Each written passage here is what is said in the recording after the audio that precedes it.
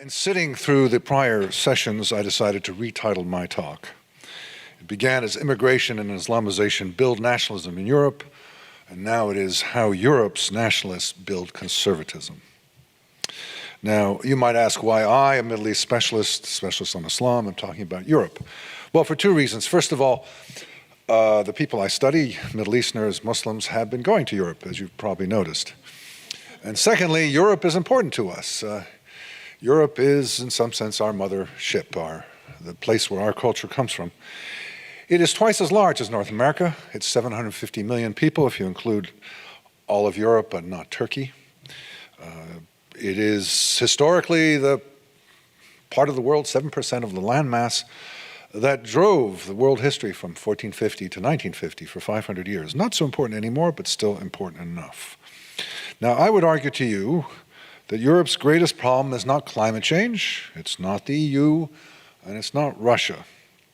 But it's a cluster of problems around demography, immigration, multiculturalism, and Islamization. If you take those four words and put them together as an acronym, it comes out D-I-M-I, or dhimmi. As some of you may know, the status of dhimmi is that of a second-class citizen, Jews and Christians and others under the rule of Islam. But that's just coincidental. We are at the beginning, I think, of a very long and arduous process of figuring out what is going to happen. My argument will be to you that the forces that are trying to resist are the potential future of conservatism.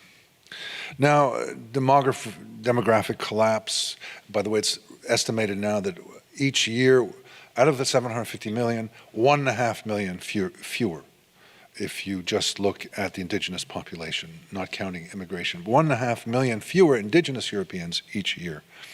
So demographic collapse, immigration unfettered, multiculturalism, it's all the same, and of course Islamization.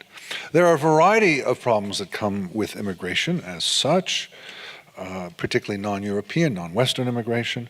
There tends to be high unemployment, all sorts of new diseases, linguistic problems, lacking appropriate skills for work, and there are a number that are connected to Islam specifically. Niqabs and burqas, living apart in partial no-go zones, heightened level of criminal activity, taking over prisons. You may have heard the word taharrush, which means what happened in Cologne, the sexual predation. Rape gangs, cousin marriages, honor killings, female genital mutilation, Islamic supremacism, Rushdie rules, slave ownership, jihadi violence, on and on. In general, the establishment is smug. I call the establishment for short the 6 Ps: the police, the politicians, the press, the priests, the professors, and the prosecutors. The elite is not worried, believes that we will muddle through, and that somehow or other things will work out in the end. And much of the elite is driven by the guilt that comes along with those 3 terrible European aspects of imperialism, fascism, and racism. They don't want to take any steps. They want to be cautious. There are, however, those who do not feel guilty and do still appreciate their civilization and see this as an existential threat. They are called sometimes the far right, sometimes populists, sometimes nationalists, sometimes neo-Nazis. I've come up with my own term, which is a little bit more positive, which is civilizationalist. It's a bit of a mouthful, but it focuses on the fact that these are people, and I think most of you would fit that category, who appreciate our civilization, who are happy that we have the Constitution rather than the Quran as our guiding light in the United States. And we see that it's either going to stay Western or become Islamic. And among we civilizationalists, there are essentially 2 predictions. One is that the Muslims will dominate, Londonistan, the Islamic Republic of France, and so forth. Such distinguished writers as Bachir Or, forgetting her first name, Fallaci, Oriana Fallaci, and Mark Stein all belong to that school, that it's going downhill and we're going to lose our civilization, and it's going to be Islamic. I and some others believe otherwise, that there is in fact a hard core of resistance, that the numbers of those who are unhappy about the way things are going is increasing. You don't hear anyone say, I used to worry about demography, immigration, multiculturalism, and Islamization, and now I don't anymore. It doesn't happen. You just hear the reverse. People get converted one way, it's a one-way street. And so the numbers are increasing.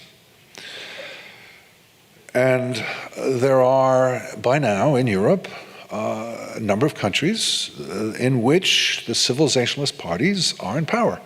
Notably PiS, the Law and Justice in Poland, of which Professor Legutko is an important part. Very notably in Hungary, Fidesz party, headed by Viktor Orban. Until a few weeks ago in Austria, there was a combination of the legacy Conservative Party and the Civilizationalist Party, called the Freedom Party. In Italy, there's this remarkable, odd government of the Five Stars, anarchist, leftist, combined with the League, which is civilizationalist. In Denmark, a month ago, there was an election in which the Social Democratic Party advocated civilizationalist policies. So there are various different ways to power. It can be pure civilizationalism, as we see in Hungary and to a certain extent in Poland. It can be joining with the conservatives, nominal conservatives, as in Austria, even joining with the left, anarchic left, as in Italy, or the left itself. There are various ways, and I would suggest that there may be further new ways that appear. By now, also in Estonia and Switzerland and Norway, there are civilizationalists who are in office. This is no longer just a party that's looking, or parties looking from the outside in. They are now in as well as out. And their power is growing. There was a near miss in Spain. I would expect in Germany we'll see changes, and in Sweden there'll be changes, and so forth. I would go so far, I'll make three predictions, three audacious predictions. The first is that this spirit of civilizationalism, of appreciating Western civilization, of tradition, will be dominant 15 or 20 years from now throughout Europe, with the possible single exception of the United Kingdom, where it doesn't seem to be taking off.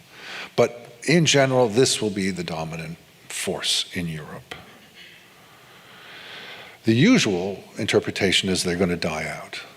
They are old-fashioned, weak, ignorant, and they're going to die out. No.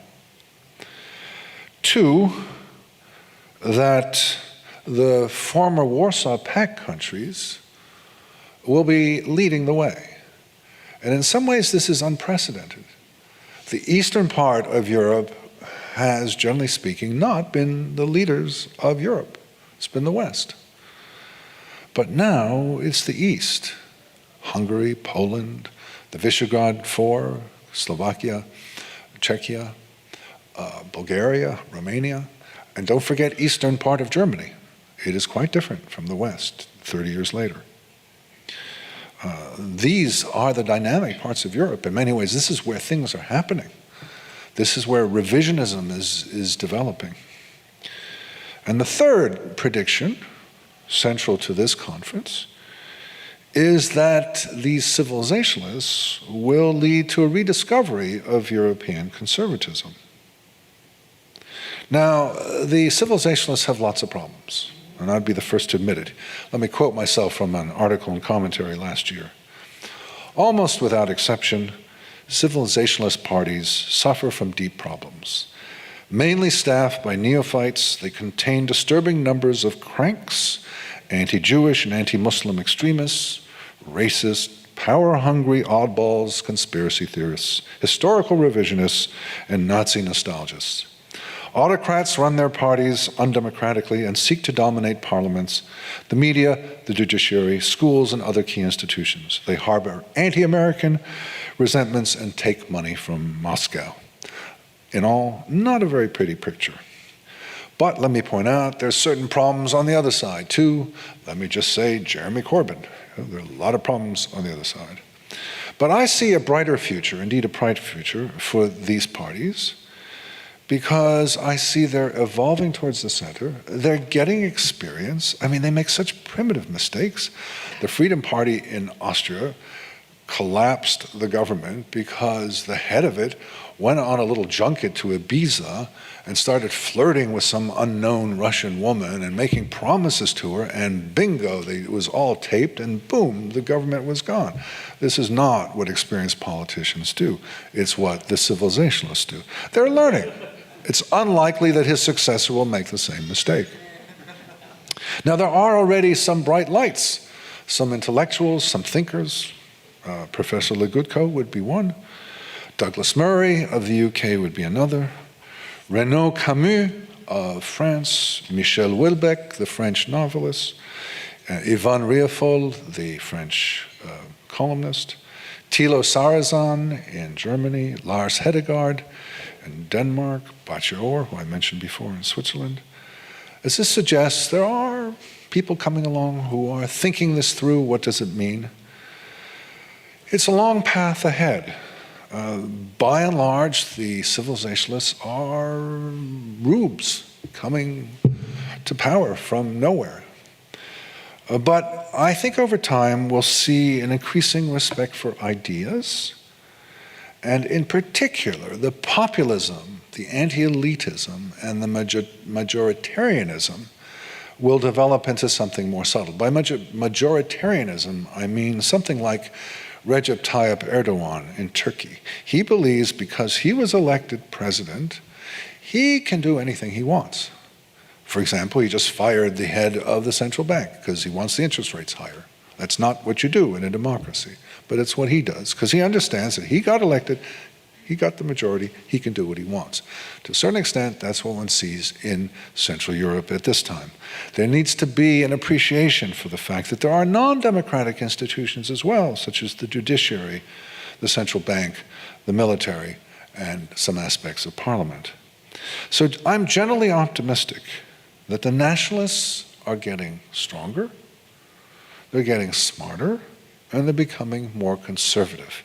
If there is to be a conservatism in Europe, it will come from the ranks of those who are trying to stave off the demographic problems, the immigration problems, the multiculturalism problems, and the Islamization problems. Thank you.